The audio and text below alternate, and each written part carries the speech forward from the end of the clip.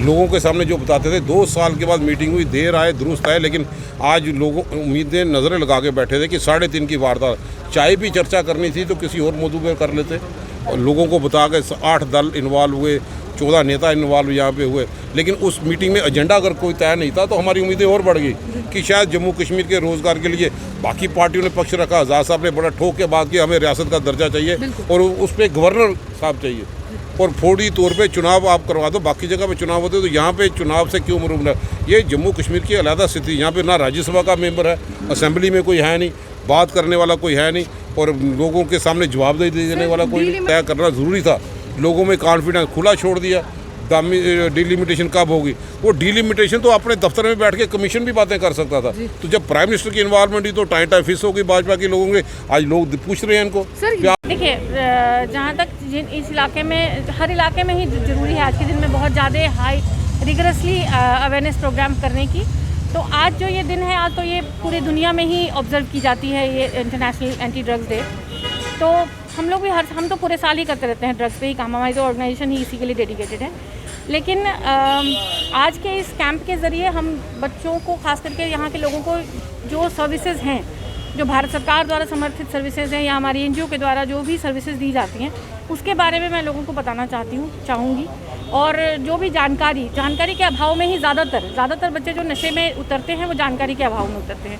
या तो उनको प्रॉपर जानकारी नहीं होती है, या जानकारी भी होती है तो गलत जानकारी होती है, क्योंकि कहीं ना कहीं स्कूल से या पेरेंट्स की तरफ से या जहाँ से उनको सटीक जानकारी मिलनी चाहिए वो मिल नहीं पाती है, और दूसरे बच्चे उनको मिसलीड करते हैं। तो ये चीज़ कहीं ना कहीं जानकारी के अभाव के कारण बच्चे, छोटे बच्चे, आप बिलीव नहीं करेंगे, 15 साल 16 साल के बच्चे ड्रग्स में चले जा रहे हैं।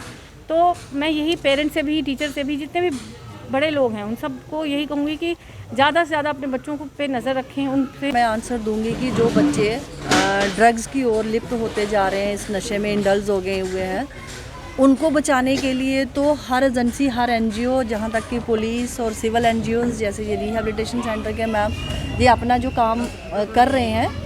और बहुत बड़ी बात है कि हम इन बच्चों को वापस अपनी एक हेल्दी लाइफ में लाने के लिए जो एफ़र्ट्स लगा रहे हैं, उसमें एनजीओ की कोऑपरेशन है। पुलिस वैसे ही इसके लिए टेंशन में बहुत चल रही है कि इस चीज़ पे जल्दी से जल्दी और जितने ज़्यादा हो सके इस पे कंट्रोल किया जा सके।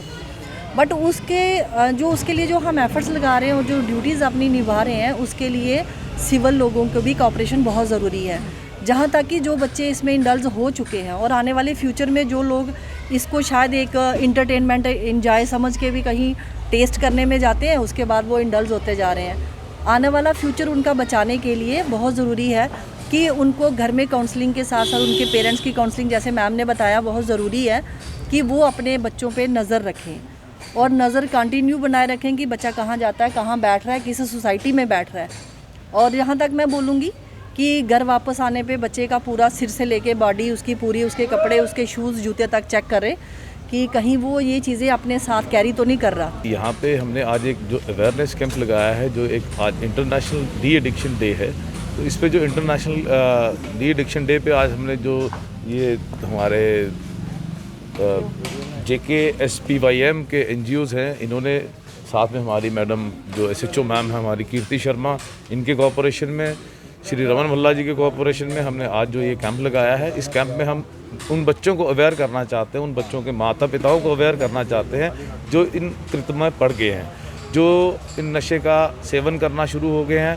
हम चाहते हैं कि एक नशा मुक्त भारत हो, नशा मुक्त देश हो और हमारी वार्ड नशा मुक्त हो। धन्यवाद। इसी के साथ